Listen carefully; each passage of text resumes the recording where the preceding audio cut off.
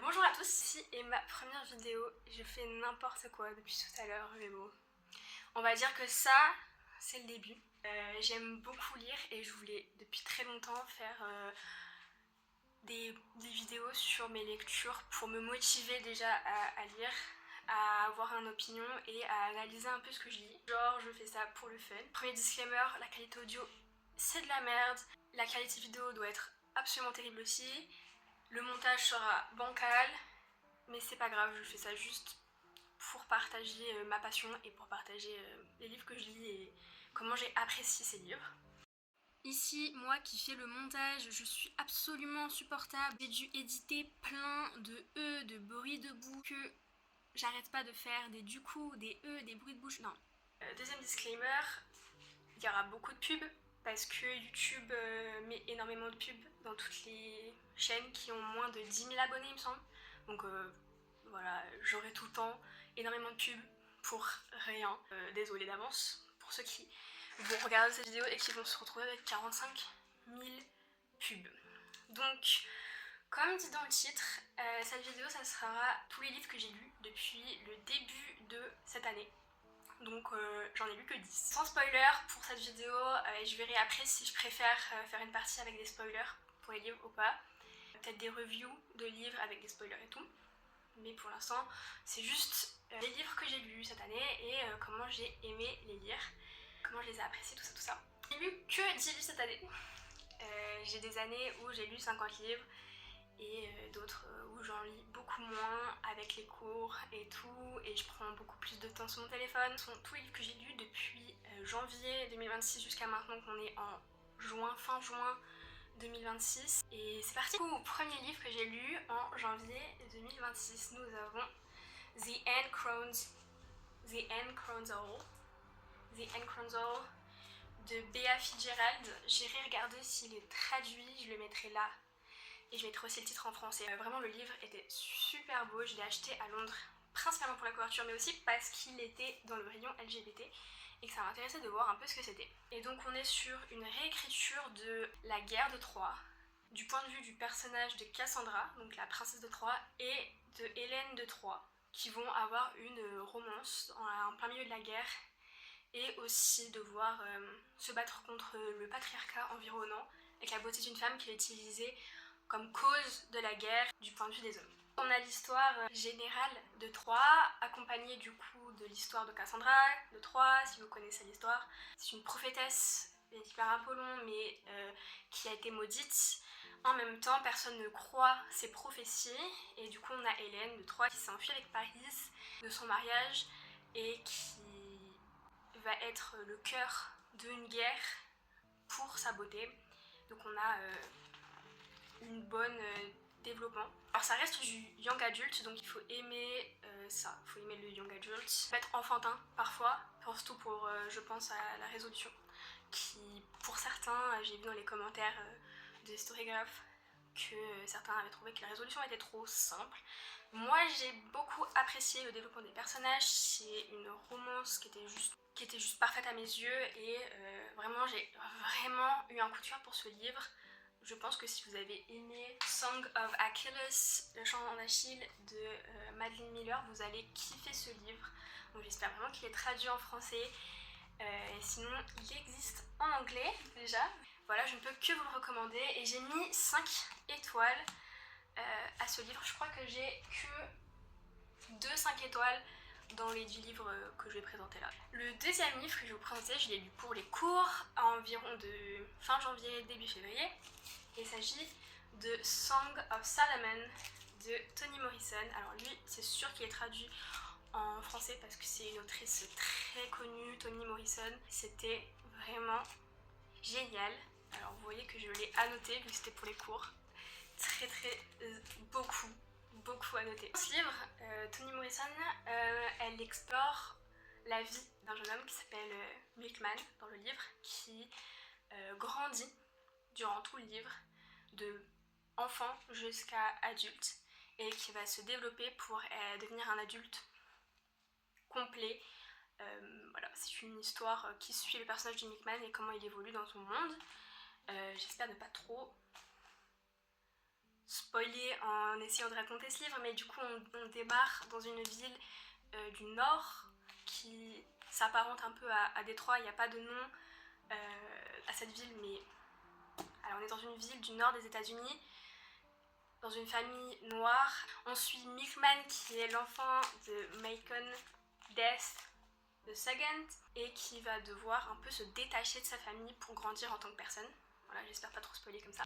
Le personnage de Milkman fait tout un voyage à travers les États-Unis pour faire face à son racisme internalisé et aussi au racisme environnant pour grandir en tant que personne noire. Du coup, voilà, c'est un livre qui se concentre sur un personnage noir qui est écrite par une autrice génialissime. J'ai très très hâte de lire ses autres livres parce qu'elle a fait d'autres livres qui m'ont l'air très intéressants sur la beauté, les standards de beauté et comment ils affectent les femmes noires par exemple.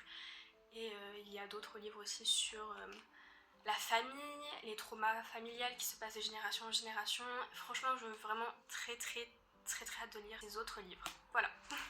Et du coup, oui, je lui ai mis 4,75, autant dire presque 5 étoiles. J'ai juste enlevé parce qu'il y avait une partie du livre vers le milieu qui était très longue et j'ai eu du mal à m'accrocher à ce moment-là. Je trouve quand même que le niveau d'écriture est genre fabuleux, très belle écriture. Les images, les personnages sont tous bien écrits, enfin vraiment, Toni Morrison c'est une très grande autrice et j'étais très contente de lire ce livre. Ensuite, nous passons à les 2 premiers tomes d'une trilogie, non pas le 3e tome qui est encore sorti, donc j'attends. Ça sort en novembre il me semble, ou en octobre, mais du coup on est sur la trilogie de Vicious de V.E. Schwab. Alors le premier tome, Vicious, c'est mon 2e 5 étoiles de cette liste, donc vraiment j'ai adoré ces 2 premiers tomes. On a 2 jeunes hommes très brillants, très scientifiques, qui découvrent une forme de science qui donne des pouvoirs super naturels. Donc en général, ce sont des pouvoirs qu'on peut trouver d'habitude dans les films de super-héros, par exemple la surforce, etc. Donc ils trouvent un moyen de donner des pouvoirs surnaturels aux gens. Donc ce moyen-là, vu que c'est dans les premières pages, je vous le spoil, c'est que les personnes doivent vivre un trauma spécifique, une expérience de presque mort qui va leur donner un pouvoir grâce à la dernière pensée qu'ils ont eue avant de mourir. Voilà, par exemple, si tu penses que tu aurais voulu vivre plus longtemps, tu peux avoir un pouvoir qui a un rapport avec ce que tu as pensé. Voilà, c'est super intéressant comme système et j'ai tout de suite été happée, surtout par les 2 personnages principaux qui sont juste très bien écrits. Du coup, on a Victor et Ellie qui sont meilleurs amis à l'université, qui découvrent cette forme de pouvoir supernaturel et qui vont avoir des désagréments et possiblement devenir ennemis mortels. C'est le premier tome, alors je peux pas vous expliquer le plot du 2e tome sans spoiler le premier, donc je ne le ferai pas. J'ai mis 5 étoiles au premier, 4,5 au 2e, où il y a eu des moments un peu de longueur et des personnages que j'ai moins appréciés dans ce tome-là. J'ai apprécié tous les personnages qui étaient super bien écrits.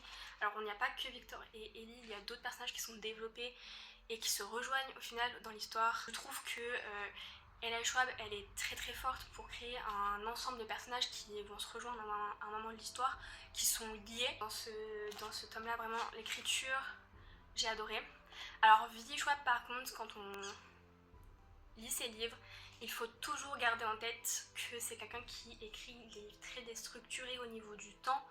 On a tout le temps des flashbacks, l'histoire qui continue, puis un flashback, puis l'histoire qui continue. Les flashbacks sont pas forcément dans le même ordre. Moi j'ai adoré ça, parce que du coup je découvrais l'histoire de ce qui s'était passé avant au fur et à mesure pour chaque personnage. Mais il y a des gens qui détestent le fait que ce soit déstructuré et il faut avoir ça en tête quand on commence.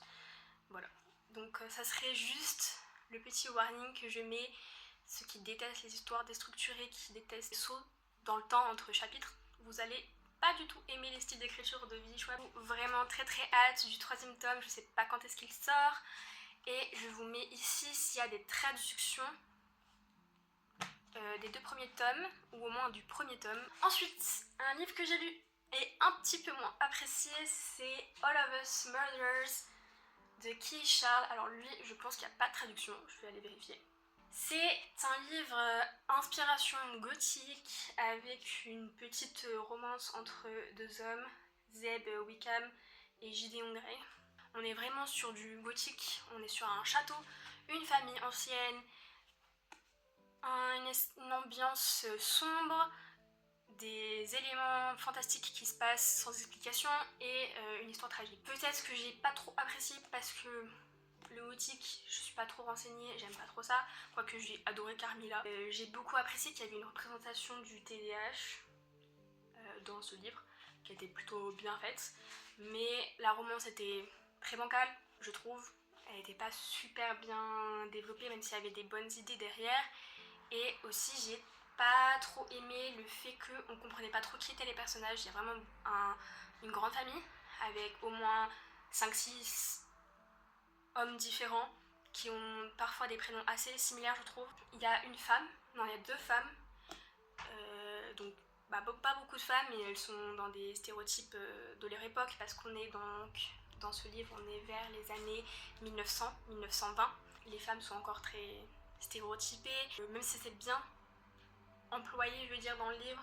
Voilà, j'ai eu du mal avec le style d'écriture, j'ai eu du mal avec certains personnages, j'ai eu du mal avec les prénoms, à savoir qui était qui dans les casts, dans les personnages. Et voilà, le personnage principal était assez ennuyant. Il y avait un truc bien avec lui, c'était du coup cette représentation du TDAH, même s'il n'est pas nommé parce qu'on est dans les années 1900, qui était plutôt bien écrite, je trouve. J'ai pas mis une note super haute, donc vous verrez par contre que je mets des notes assez hautes, malgré le fait que j'ai pas forcément aimé un livre. Je suis pas quelqu'un qui met des notes très basses, du coup j'ai quand même mis 3,75 ou 3,5 il me semble, alors que j'ai pas forcément beaucoup aimé ce livre. Après je l'ai lu d'une traite, du coup le style d'écriture m'a pas forcément tant dérangé que ça, parce que sinon j'aurais mis vraiment des mois à le lire. Ensuite, j'ai lu un livre sur ma liseuse, donc je vous mettrai la couverture ici, et je vais aussi chercher s'il est traduit. Je pense que c'est une possibilité, mais il est possible aussi qu'il n'ait pas été traduit encore. Il s'agit de Winging It de Aisling Kate et Morgan James, donc c'est 2 autrices. C'est une hockey romance, c'est une romance de hockey. J'ai eu une grosse obsession pour le hockey après avoir vu Hated Rivalry. J'ai voulu lire d'autres bouquins. Et je me suis rendu compte en lisant ce livre que ce qui m'intéressait au final c'était le hockey et qu'il y en avait très très peu dans les romances de hockey, donc au final j'ai fini par me diriger vers du vrai hockey et regarder vraiment les saisons de hockey, surtout de la NHL et de PWHL. En attendant, j'ai quand même beaucoup plus apprécié ce livre que les livres de Hated Rivalry que j'avais lu l'année dernière, du coup en décembre, mais que j'avais pas très bien noté. C'était pas trop mon genre, j'ai bien plus préféré la série que les livres, voilà. Donc celui-là je l'ai noté 3,5 étoiles. Voilà, j'ai bien mieux que Hated Rivalry. J'ai trouvé qu'il y avait plus de hockey. Je pense que c'est ça qui m'a plu au final, parce qu'au final, mon problème c'est que j'adore le hockey et que je m'étais pas rendu compte que c'est pour ça que je voulais lire plus de romances de hockey. Mon avis est pas très très bien. Je pense que la romance dans ce livre était pas mal. Il y avait plusieurs représentations de la pression à être racisée dans le hockey, en même temps que du coup représentation bisexuelle, gay, tout ça. Et bien, on avait quand même des matchs de hockey et des enjeux de hockey, ce qu'il n'y a pas dans Hated Rivalry, et du coup j'étais satisfaite. Voilà, donc 3,5, basique. Pour moi, 3,5 c'est vraiment le 10 sur 20, c'est juste que je n'arrive pas à mettre des notes basses à des livres parce que je sais à quel point ça peut impacter l'auteur. Donc j'ai tendance à surnoter mes livres, mais voilà, pour moi 3,5 c'est vraiment basique, j'ai aimé et c'est sans plus. Ensuite, je suis retombée dans du V.E. Schwab et j'ai essayé de lire une autre de ses séries de livres qui s'appelle A Darker Shade of Magic, qui elle est traduite en français au moins pour les 2 premiers tomes, je pense pour le 3e tome également parce qu'elle date un petit peu quand même. J'irai chercher, checker, je mettrai ici si tous les tomes sont traduits, mais vu que ça a été publié à partir de 2015, je pense. J'ai un petit peu moins apprécié cette série de livres. Le premier tome, j'ai bien noté, je crois que j'ai mis 4,25, donc j'ai adoré le premier tome. C'est le deuxième tome, j'ai mis au moins 3,75 à peu près. J'ai un peu moins apprécié parce que je trouvais que c'était plus long. Mais du coup voilà, on est sur un autre style. Là où Vicious c'était vraiment de la science-fiction, ici on est sur de la fantasy. Mais on a le même style d'écriture avec des personnages bien développés, un ensemble de personnages du coup assez diversifiés. Mais quand même là dans ce tome on a 2 points de vue et c'est tout, alors que dans l'autre on en a plus. On a aussi un petit peu de flashback, mais je trouve quand même moins que dans Vicious. Par contre, ce que je dirais, c'est que ça a été écrit avant, la plume de l'autrice, c'est pas exactement la même que dans son autre série. Je trouve qu'elle est un petit peu moins bonne. Mais c'est normal parce que je pense que c'est son deuxième ou premier série de livres. On a un des univers, donc on a Londres gris qui est l'univers dans lequel nous on est, sans magie, qui est environ vers les années georgiennes. On a Londres rouge où il y a un système de magie et une royauté. Ensuite on a Londres blanc où il y a un chaos total par rapport à la magie, des gens en famine et des successions de personnes sur le trône qui causent un bordel politique pas possible. Et Londres Noir qui a été complètement fermée, et Londres Noir du coup c'est la magie noire qui a un peu dévoré tout et qui a fait que tous les univers ont été coupés les uns des autres. Et seule une petite partie de la population peut se déplacer, qui s'appelle les Antari, et Kel, du coup un des personnages principaux est Antari. Et on va suivre un peu ce qui se passe entre ces univers et comprendre au fur et à mesure des livres ce qui s'est passé avec Londres Noir et pourquoi tout a été fermé et un peu qu'est-ce qui se passe, quels sont les enjeux politiques des différents Londres. Qu'est-ce que je pourrais donner comme problème, on va dire, à cette série, c'est que c'est très centré sur l'Europe, sur Londres. Donc c'est des styles de magie que j'ai déjà vus c'est des styles, des univers un peu de magie que j'ai déjà vus des dizaines de fois. Donc on a celui-là, on a Dark Rise, c'est pareil, c'est à Londres, c'est avec de la magie cachée et à peu près vers la même période, dans les années 1800. Donc c'est pas très nouveau sur ce côté-là, mais je pense que Dark Rise a été écrit après. Donc je compare, mais bien en sachant que ce livre a été écrit avant. Mais voilà, c'est quelque chose qui est très très très commun dans la fantasy. Du coup, je trouve que c'est pas très beaucoup de renouveau. Alors j'ai beaucoup aimé le système de magie, c'est pour ça que j'ai mis une note aussi haute, 4,25 je crois. Mais il y a quand même pas forcément d'exploration, de quelque chose de très très nouveau, ce qu'il y avait avec Vicious et Vengeful que j'ai déjà présenté. Là vraiment on a un système très bien pensé, très nouveau, même si ça se concentre aussi sur Londres, enfin sur un Angleterre fictif. Ici on est vraiment sur Londres, Londres, Londres et encore Londres. Donc j'espère que vous aimez Londres si vous voulez lire ce livre. Encore moi du montage, ce que j'ai oublié de préciser c'est que j'ai toujours pas lu le 3e tome alors que ça fait un moment que j'ai lu le 2e tome parce que en fait le 2e tome était tellement long que j'ai pas envie de lire le 3e tome, ça donne pas envie. Du coup je pense que c'est un point malus pour cette saga parce que j'ai toujours pas lu le 3e tome et j'ai pas envie de le lire. Ensuite je n'ai pas le livre sur moi, mais j'ai lu Tout le bleu du ciel de Melissa d'Acosta. Donc ça c'est un livre en français de base, donc pas besoin de chercher une traduction. Je l'ai lu parce que j'en ai beaucoup entendu parler, beaucoup de gens qui critiquaient, beaucoup de gens qui adoraient, et je voulais me faire mon propre avis sur ce livre. Donc je l'ai lu. Donc c'est un petit pavé de, je crois, à peu près 700 pages. Et j'ai lu, j'ai pleuré, j'ai ressenti des sentiments, mais je trouvais ça un peu long pour ce que ça voulait raconter. Je trouvais qu'il y avait énormément de stéréotypes. Le nombre de stéréotypes à la minute sur les relations entre hommes et femmes dans ce livre, c'était fabuleux. C'était fabuleux. Mais bon, le sujet principal, c'était la maladie. En gros, on a un personnage qui... j'ai oublié le nom, donc vous voyez à quel point ce livre m'a marqué. un jeune homme qui découvre assez jeune, vers 25 ans, qu'il a un Alzheimer précoce et qui décide, au lieu de rester en hôpital et de subir des examens, de partir en voyage pour la dernière fois de sa vie, puisque un Alzheimer précoce ça déclenche la mort dans les années qui suivent. Et donc il poste une annonce en demandant un compagnon ou une compagnante de voyage pour faire ce chemin, ce petit voyage avec lui à travers la France.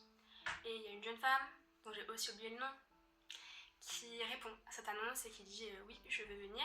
Elle est assez mystérieuse, on ne sait pas trop pourquoi elle décide de faire ce voyage avec un homme qu'elle ne connaît pas, mais on en prend au fur et à mesure plus sur elle dans l'histoire. Donc on a vraiment 2 personnages bien écrits qui ont chacun une histoire, des traumas, des trucs à régler grâce à ce voyage. Ce que j'ai aimé vraiment avec ce livre, c'est que pour une fois, des blancs, on peut le dire, se ressourcent, se trouvent eux-mêmes en faisant un voyage à travers la France et non à l'étranger, donc avec des petites tendances à partir à l'étranger pour se ressourcer, pour se retrouver, comme avec par exemple le documentaire de Seb.